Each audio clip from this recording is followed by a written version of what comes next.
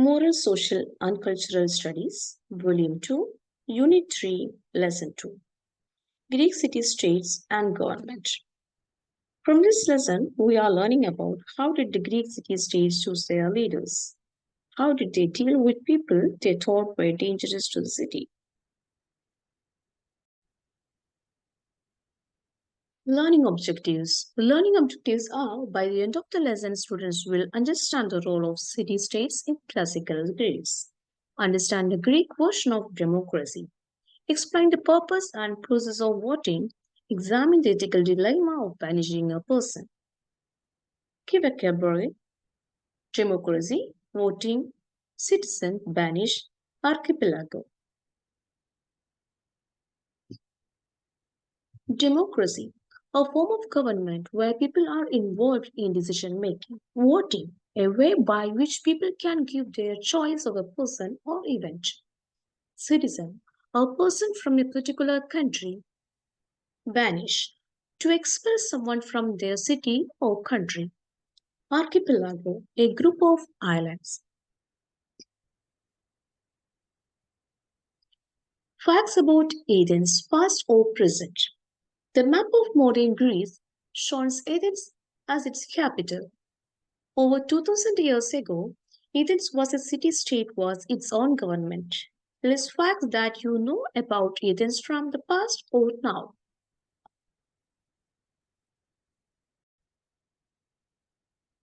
Facts about Athens, the birthplace of Western civilization, the birthplace of democracy, one of the world's oldest cities. Athens was named after Athena, the Greek goddess of wisdom, home to the largest number of theatrical stages in the world, the World Book Capital.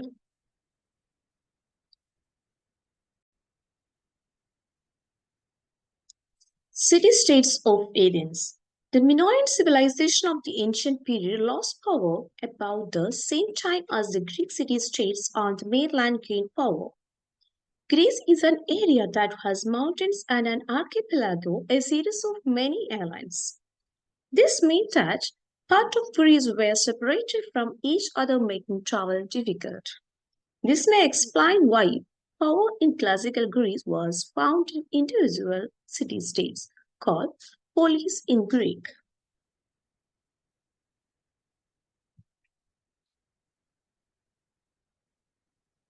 Where did democracy begin? Democracy began in ancient Greece. In fact, the ancient Greek system is very famous and has helped to shape many systems of democracy around the world today.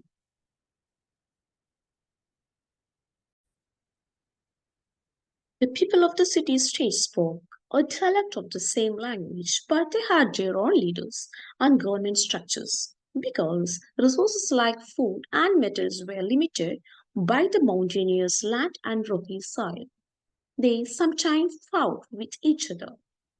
The two most prominent city-states are Athens and Sparta, spent years in a war starting in 431 BCE called the Peloponnesian War.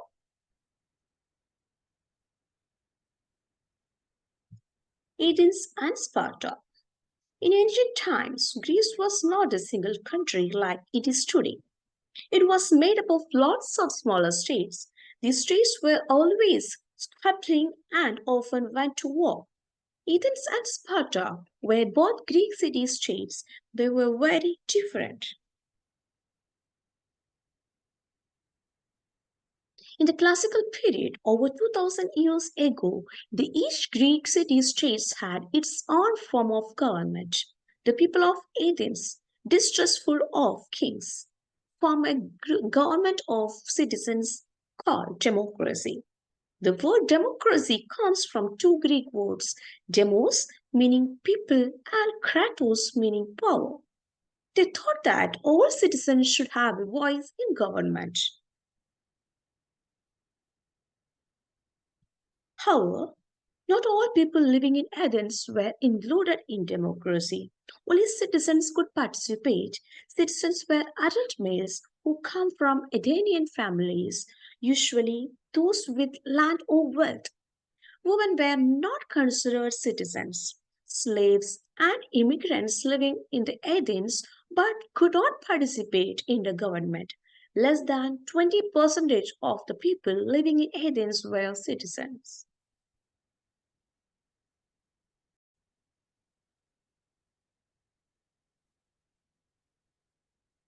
The government of Athens was direct democracy, which means that all citizens voted directly of laws and other issues. The votes were held in assemblies which met 40 times a year at the Phoenix, a hill near the center of Athens. The speaker's town at Phoenix still exists today in others. The assemblies could have up to 6,000 citizens attending. At the assemblies, people spoke about issues and laws. Those who spoke were called orators. At the end, a vote was taken, the votes were counted, and the decision to accept or reject the law or solution was determined by which side got more votes.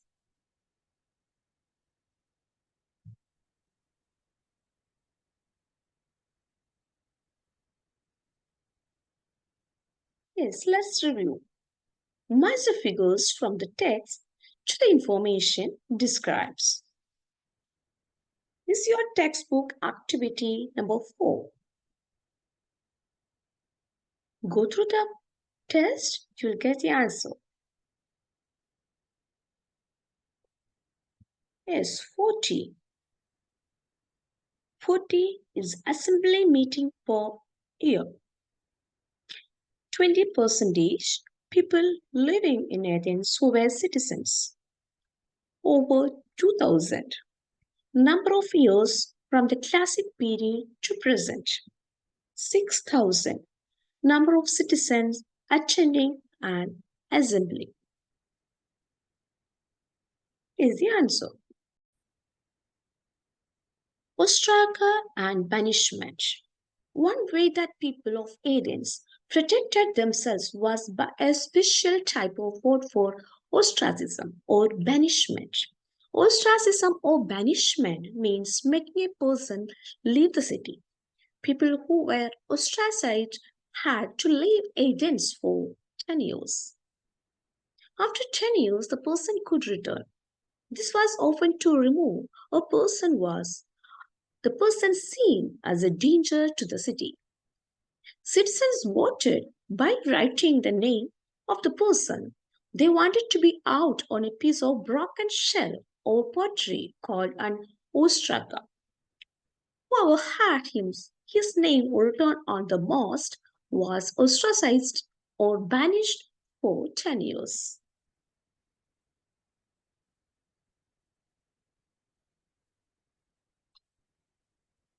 Activity 3.